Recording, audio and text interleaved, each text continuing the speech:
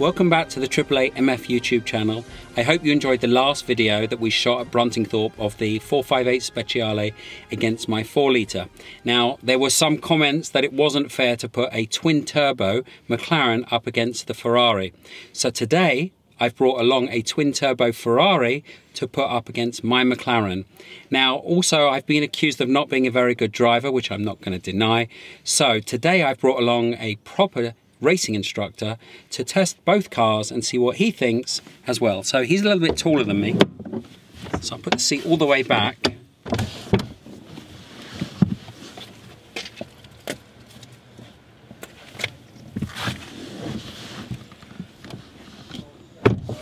Hi guys, I'm Elliott Cole. So Mark may have mentioned that I'm a motorsport coach, but what he probably failed to tell you is I'm also a high-speed stunt driver, and I'm quite looking forward to having a bit of fun in his car today.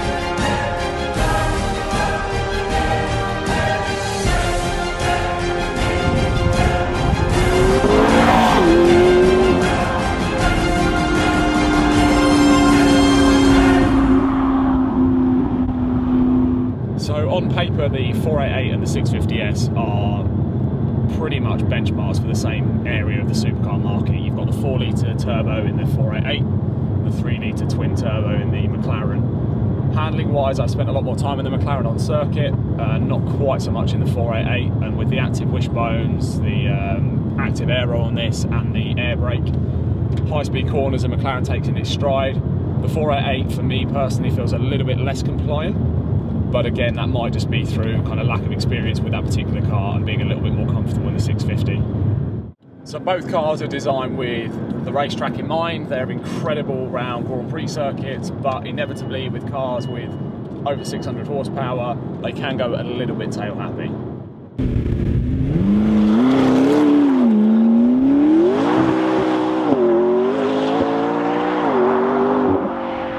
So at the moment I'm driving Mark's 650S. He's currently in the 488 ahead of us. So what do you think of it, Mark? Thanks, Elliot. So this is my first time in the Ferrari 488 GTB. It feels very different to the McLaren. So first of all, the steering wheel is actually thicker, and my one's made out of Alcantara, which I actually prefer. On this one, you've got the indicators on the steering wheel, which I obviously haven't had before, but I guess you get used to that quite quickly. It feels very different to the McLaren. The McLaren obviously has the carbon fiber tub, so it feels a bit more rigid, and it actually feels a bit more planted on the ground when you're driving. The Ferrari tends to bob a little bit up and down at the front, feels quite light at the front, whereas the McLaren feels a little bit more planted to the ground. But let's take it for another drive and see how it feels. I like the start-stop button. I'll try and scare Tim. Are you okay, Tim? I'm alright. I'm okay today. Not hungover. Here we go.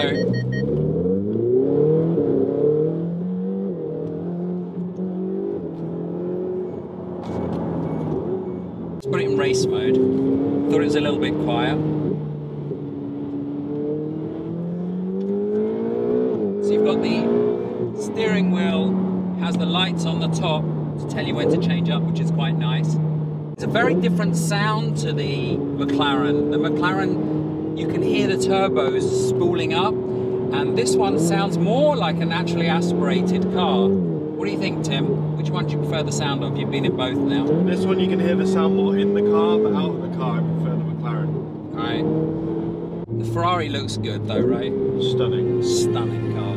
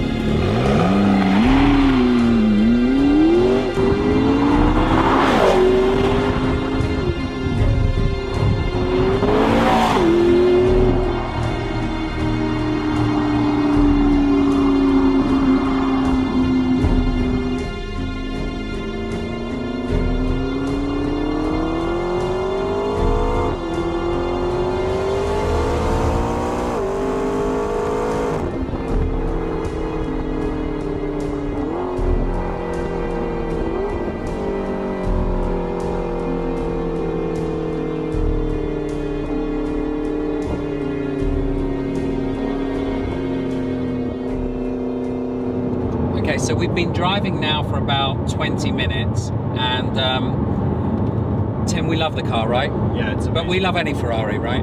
True. I think what makes this really special, it's not the engine per se, it's just the fact that it's a Ferrari. You know, when you're in a Ferrari, any Ferrari, it feels special, but especially this car, because it looks so damn good, and it sounds so good, and it's hard not to fall in love with these cars. It does feel very different from the McLaren though, despite the fact that they're both mid-engine, twin-turbo cars with very similar power outputs. They do feel very different to drive, which is quite surprising. The McLaren feels a little bit more technical. This feels a little bit more like the 458 Speciale we drove at Bruntingthorpe. You can't really tell that it's a turbo, I have to say. Whereas with the McLaren, you feel a lot more turbo lag. This definitely has less turbo lag. And it doesn't, I think if you got into, I'm not sure you would know it was a turbo. What do you think, Tim? No, the power is just straight on, isn't it? It's very seamless power delivery.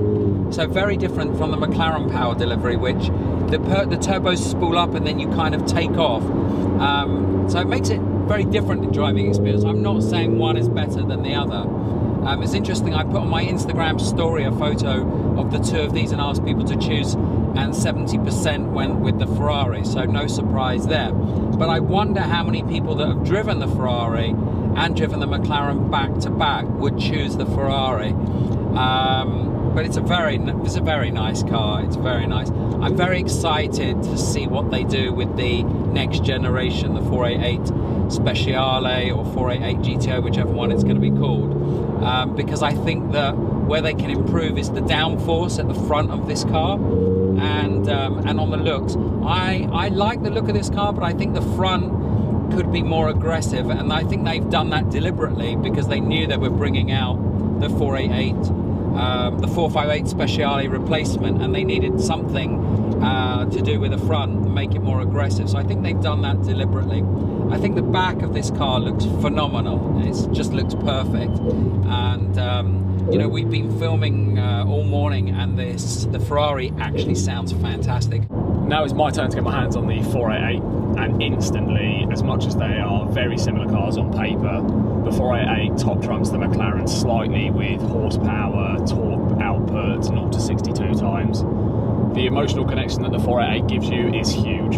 From the sound, the McLaren's great, but the Ferrari's just got that kind of really tinny, familiar Ferrari exhaust note to it.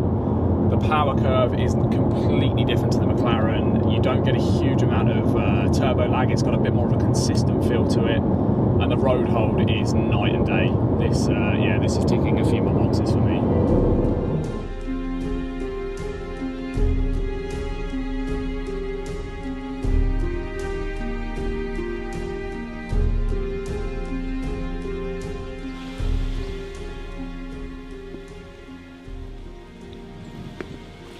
So let's start with the obvious question to Elliott. Ferrari or McLaren?